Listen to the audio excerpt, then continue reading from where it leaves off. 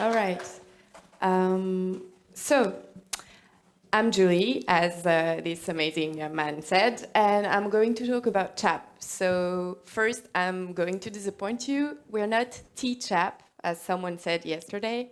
We're Tchap, and we're called after a French engineer who invented the first telegraph, and his name was Tchap. We're also Tchap because it sounds like chat. So, what am I going to talk about today? I'm going to present you matrix in France, and then I'm going to talk about Tchap's specificities, Tchap's difficulties, and then our future, what I call our aspirations, that is to say, the French government aspirations. So, if you ask anyone in France about what is matrix, they'll answer this or this, but they'll not answer Tchap. However, matrix in France is this amazing team.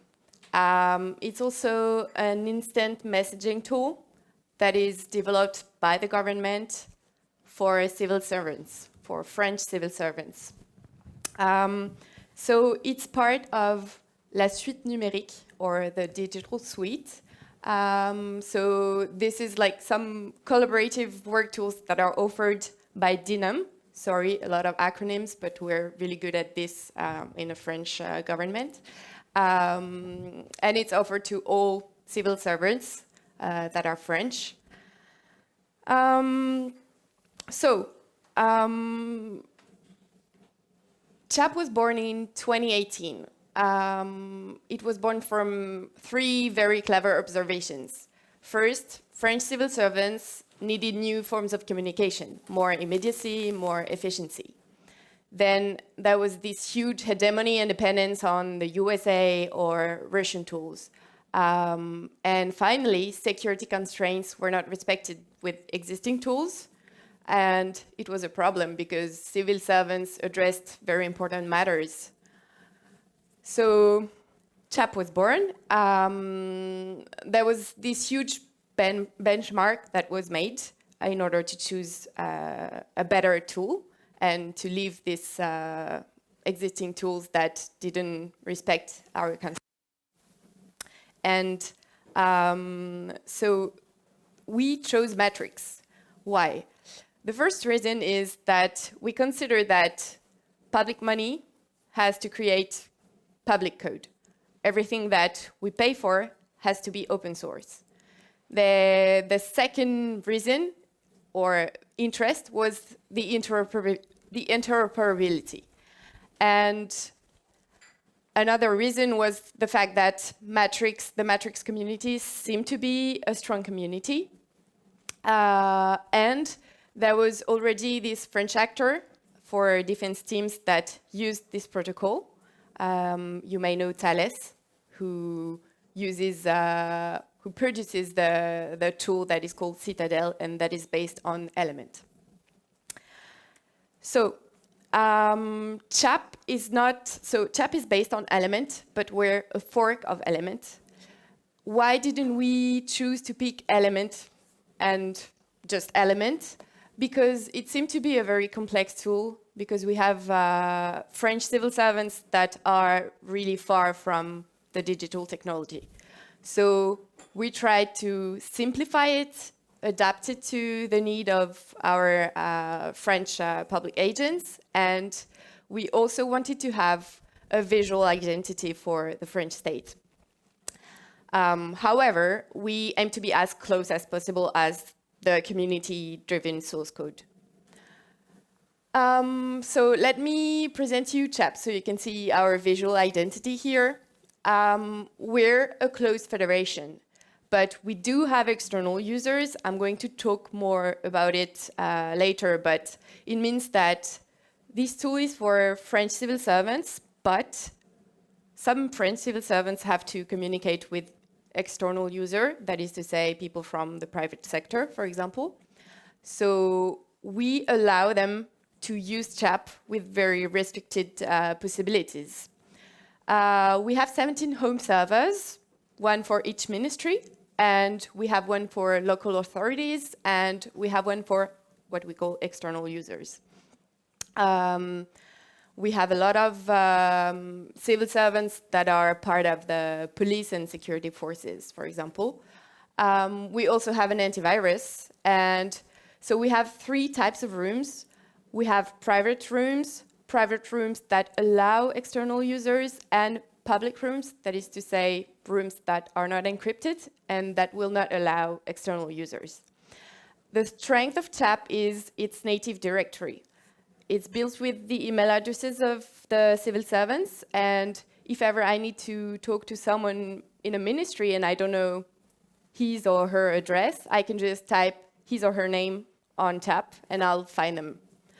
And so external users can be added in encrypted rooms, but there is this visual identity that will tell civil servants that it's a room with external users, so be careful with what you say. External users don't have access to our directory, and they can only talk to people that added them.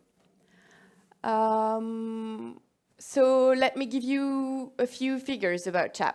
So we have 3 clients. We have web, Android, iOS. We have almost 500,000 accounts on Tchap. 6.5 million messages are sent each month, and we have 242,000 active users each month. So what I call an active user is someone who connects at least once to Tchap in the month. It's a plus 50% increase in 2023. Yeah, so I guess that's it for the figures. And about our roadmap and our product. So we're based on Element, but whenever Element releases a feature, we don't include it in Tchap. We first hide it, test it, see if it corresponds to a need for our French civil servants, and then we kind of include it. So very recently, we included call and Visio one-to-one encrypted, so not based on Element call. It's based on WebRTC, and we also released the live location sharing, and it's based on our maps from DataGouv, so that we are sovereign. And so these 2 features were really need for our French civil servants, especially because we were preparing for the Olympics.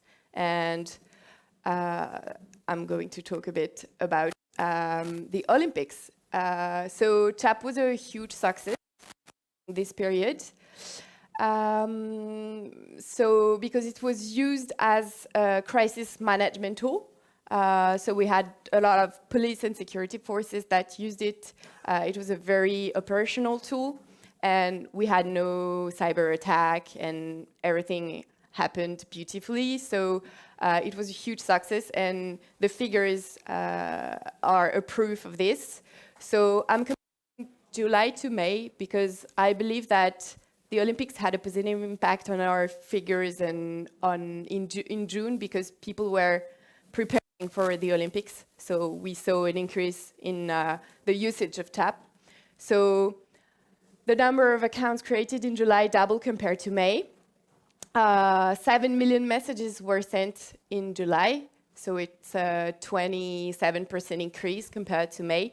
And we saw a 44% increase in the number of rooms created in July versus May. So Tchap seems to be a fairy tale, right? However, I'm now going to talk about our difficulties. So I kind of splitted our difficulties into 2 topics, product-oriented one and then open source and funding on the other side. So on the product side, what is very difficult for Tchap is that our users don't really care about security. However, it's a demand from the above, from the hierarchy. And our users prefer like very simple tool. So it's very complicated to explain to them that sometimes a message won't be able to decrypt, and they don't really care about it. So that's our biggest problem, to make this tool as easy as possible to be used. Another problem that we have is that we have all the ministries. So we have teachers and we have police force. However, these two types of people don't have the same needs. So how do we choose to implement a feature that will correspond to one servant or another? And then our last difficulty, that is not a small difficulty, is the fact that change is difficult and that many people have been using WhatsApp or Telegram for years and they don't understand why they would have to change and to use Tchap instead. So the other big topic, the other big difficulty is the open source funding. We have many difficulties in finding a legal framework to be able to fund open source contributors as the French government. Also, we don't really want to become dependent on one actor. So how do we kind of encourage a diversity of actors and business models rather than just rely on one actor?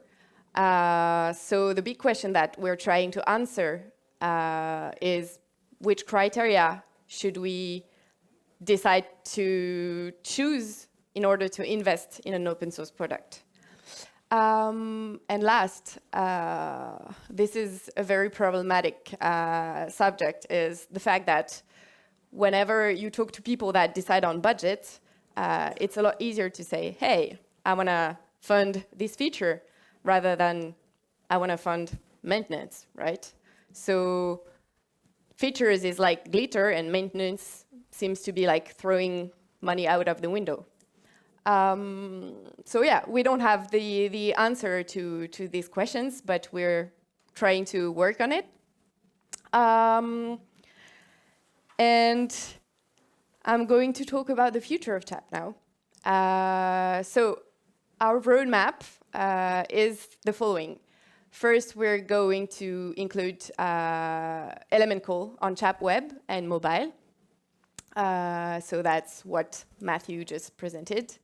Also, we are going to migrate to what we call Tchap-X. That is to say that we're going to release new clients based on Element X, and then we're going to integrate the French state single sign-on, which is called ProConnect. And our aspirations, so we really want to be part of this digital suite of Dinum by adding the single sign-on, but also by integrating other tools of this digital suite. And what is very exciting is that we want to open our close federation to some others. So, for example, we have the ministry, the education ministry, that really wants to have a matrix node, for example, for the teachers to be able to talk to parents. And we'd like to be able to connect to this node. Same, we have some local authorities that already deploy matrix nodes, and we'd like our civil servants to be able to talk to them. We also have some countries that are our friends and that really that are using Matrix, and we want to connect with them. So we are working on a gateway that would allow us to connect to the nodes that we choose. And that's a very good transition for the next talk, because if you want to hear more about the secure border gateway, you can stay in this room. So I guess that's all I had to say. So let's connect. And yeah, so you can see some people from Tchap in the room. They all have the same hat that I'm wearing. So don't hesitate to talk to us. And yeah, so if you have any question, I'm here to answer. Well, first of Well, thank you very much for your talk.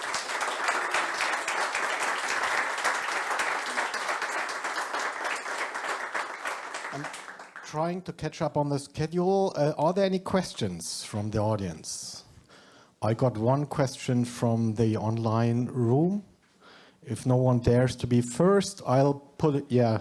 The question from the online room was with regard to the legal setup of funding, if there's any EU regulation that you're aware of or that's on the making, if you have any information on that. If not, then we'll pass on the microphone to the very back of the room.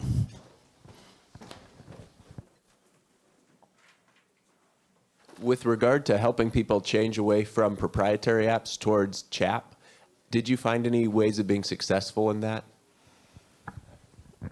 Well, not really. So I guess we have several ways to do it. A first way would be an order from the above, so from the ministry to say it's forbidden to use WhatsApp, for example. But I'm not sure that it's the best solution. The best solution is more to try to educate users and just show them the consequences of using WhatsApp, for example. So, for example, the Microsoft problems that happened a few weeks ago can help to show that it's not good to be dependent on one actor, and it's better to be sovereign. Regarding open source funding, you're talking about ministries would like to fund the feature rather than maintenance, right? So just one suggestion, that if you ask for the ministries to fund, maybe you can say, hey, you know, this feature, for example, costs $100, but $20 will be for the maintenance. So the total cost of feature development will be $120 instead of $100. Yeah. Just suggestion. I agree. The thing is that in the state, the people that decide on budget and that will launch a digital project, they think it's a one shot. Like, I'm going to develop this, and then, okay, but next year, what's going to happen? But yeah, I agree. One question more. Bonjour, Julie, Patrick Luxembourg. I have a question. Well, we have a very similar situation in Luxembourg, and we also have competition, obviously, from the commercial players like Microsoft and the whole Office 365. How much is that, well, for you and for sovereign tools like you, a problem or challenge in France as well? The fact that they are using other tools? Yeah, there's competition for Microsoft Teams, for example. Yeah, it's a big problem. And our main problem, I think, is that some ministries have signed for licenses that will last until, I don't know, 2026 or 2028. So they say, oh, no, I just spent money, so I'm staying with this tool. However, what we do is, as Dinam, we encourage to use our tools, and we say, hey, it's free for you. Because Tchap, I didn't say that, but Tchap is free for the ministries, whereas some ministries spent a lot of money on licenses. So that's the way we find to. Okay, we have one last question, perhaps from there. Okay. Is there a way of archiving chats so that important government business can be recorded and be available in a transparent way? Are you from the Netherlands? Oh, I'm from England. Okay, so because that's what I was asked last week. So yeah, not in Tchap, because in Tchap a strength of Tchap is to say, I don't have access to your messages, even though I have access to the server. I can't read anything. However, you should talk to Element, because they developed some audit bot that will help you archive the messages. So yeah, there is a solution. Well, so time has basically run up. You see lots of white hats in the audience, so I suggest if you have further questions, you postpone all your discussions and questions and meet them. Thank you very much, Julie, for giving this talk on Tchap.